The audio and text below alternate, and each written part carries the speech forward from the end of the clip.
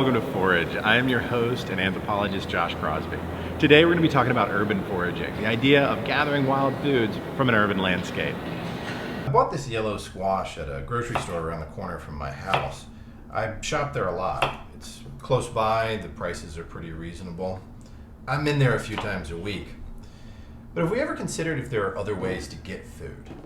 The rise of urban foraging has really led me to wonder what this is all about. Why are people getting so interested in this? Why are we spending all the time and money to learn about wild plants and foods, gather them, prepare them? It's so easy just to go buy our squash. What are the benefits of it? Are they healthier? Are they more nutritious? It's certainly not easier. It's certainly not less time consuming. Why spend all of the time and energy looking for wild sustenance when you can just buy it like I did? I'm headed to talk to some friends of mine about urban foraging to find out what it's all about and why they do it. I'm at North Florida Regional Medical Center to talk to Brittany Poe. She's a nurse practitioner and a health coach with an interest in wild foods. So there's a lot more to food than just like macronutrients. So macronutrients would be like your protein, your fat, your carbohydrates.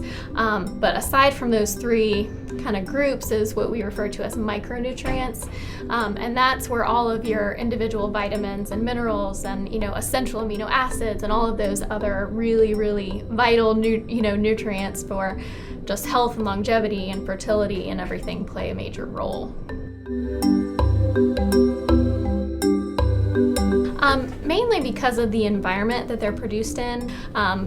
Soil is more than just dirt. It's composed of minerals and microorganisms and insects and compost, manure, things like that. All of that contributes to what we call soil fertility. When it comes to, commercial agriculture, it doesn't take, maybe a year or two before that soil that they're using is depleted. So the nutrient component of that dirt is completely stripped. That forces them to use these artificial fertilizers in order for plants to grow. But what the fertilizer does is it's kind of just a fuel or an energy source. So it's making the plants grow, but it's not giving them that vital nutrition that they would get from soil that was actually healthy and, fertile. Yeah, so phytonutrients are basically chemical compounds that are found in various plants and fruits. There's a lot of different functions that they can have. Some phytonutrients are there solely to protect the plant from predators so that they can actually grow and thrive. Other phytonutrients are, when consumed by us, they kind of turn into antioxidants, which are obviously important for immune function, and they're also anti-inflammatory for the most part, which every chronic disease has some inflammatory component. So that anti-inflammatory and antioxidant support is huge for human health. I'm meeting with Michael Stevens to talk about his journey as a forager. Michael is an expert on wild mushrooms and teaches classes on foraging and restoration ecology. Well, it's a long story, as is everybody's got their life stories, I guess, but middle child syndrome, if you will, brother and sister, dad paying attention to all of them, princess, my sister, homecoming queen, my brother, the baseball player, and I was a kid of the woods playing in the creeks, growing up. And so I basically grown up in Ohio, 0 to 13, moved to Florida when I was going on 14. But, I had the luxury for my parents to just let me go. And so I kind of found an abandoned farm.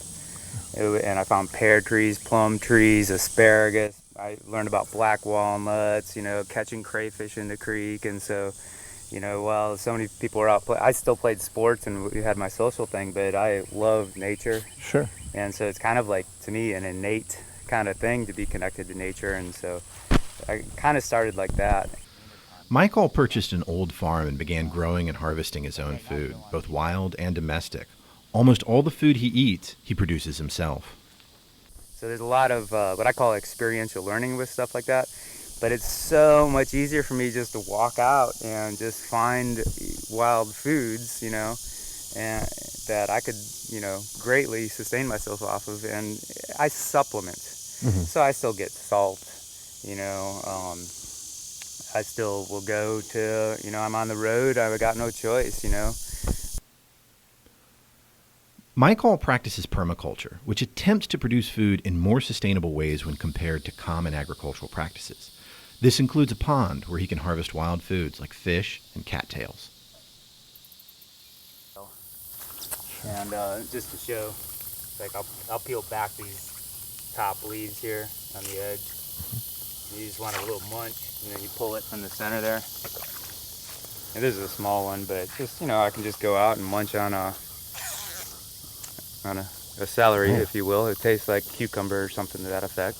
Very cucumbery. Yeah. Mm-hmm. Absolutely. Put that with salad dressing, you're good to go. So I can easily just take a munch, For Michael, foraging and conservation are not separate ideas. Rather, they're intimately linked with one another. For me, it's just you don't step outside your own door from your house and then you see the same plant every day. Mm-hmm. You might as well learn it and see what uses or medicinal uses or food value uses this has, and if it's native or exotic. So it kind of just starts, like I say, stepping out as a child. Sure.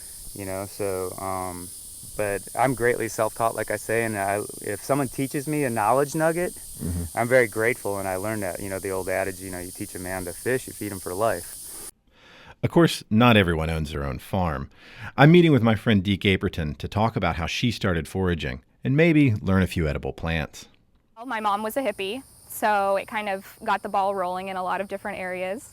But I was a camp counselor for years when I was in high school, and it was up in North Carolina. And one of the activities, they would have this guy named Star come in, and he would take us into the woods in North Carolina and like Pisgah National Forest, and he would show us the sassafras and the like pine trees there that you can brush your teeth with and all of that stuff. So that was really my first interaction with foraging, but it wasn't really urban foraging, but it was foraging nonetheless. Why don't we walk around and take a look at some plants and talk about that? Yes, All yes. right. Actually, I think I see maybe something over here. Okay. Dee mostly forages in her backyard. A park near her house also serves as foraging ground. I asked Dee if conservation was important to her and whether foraging was connected to that. Foraging does give me a sense of well-being and happiness, and that's probably a part of it. A big part of it is that I know that only my energy is being spent. I'm not having to use any fossil fuels or any other energy just by myself going out foraging, and then I'm getting my energy from the things I'm foraging, so it's like this lovely cyclical process. Sure.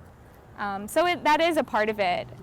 It's a big combination of, it's relaxing to go on a walk and look, and it's almost like hunting because you're hunting for plants essentially. So it's like it's a good mental activity, it's a physical activity. I like the environmental aspect.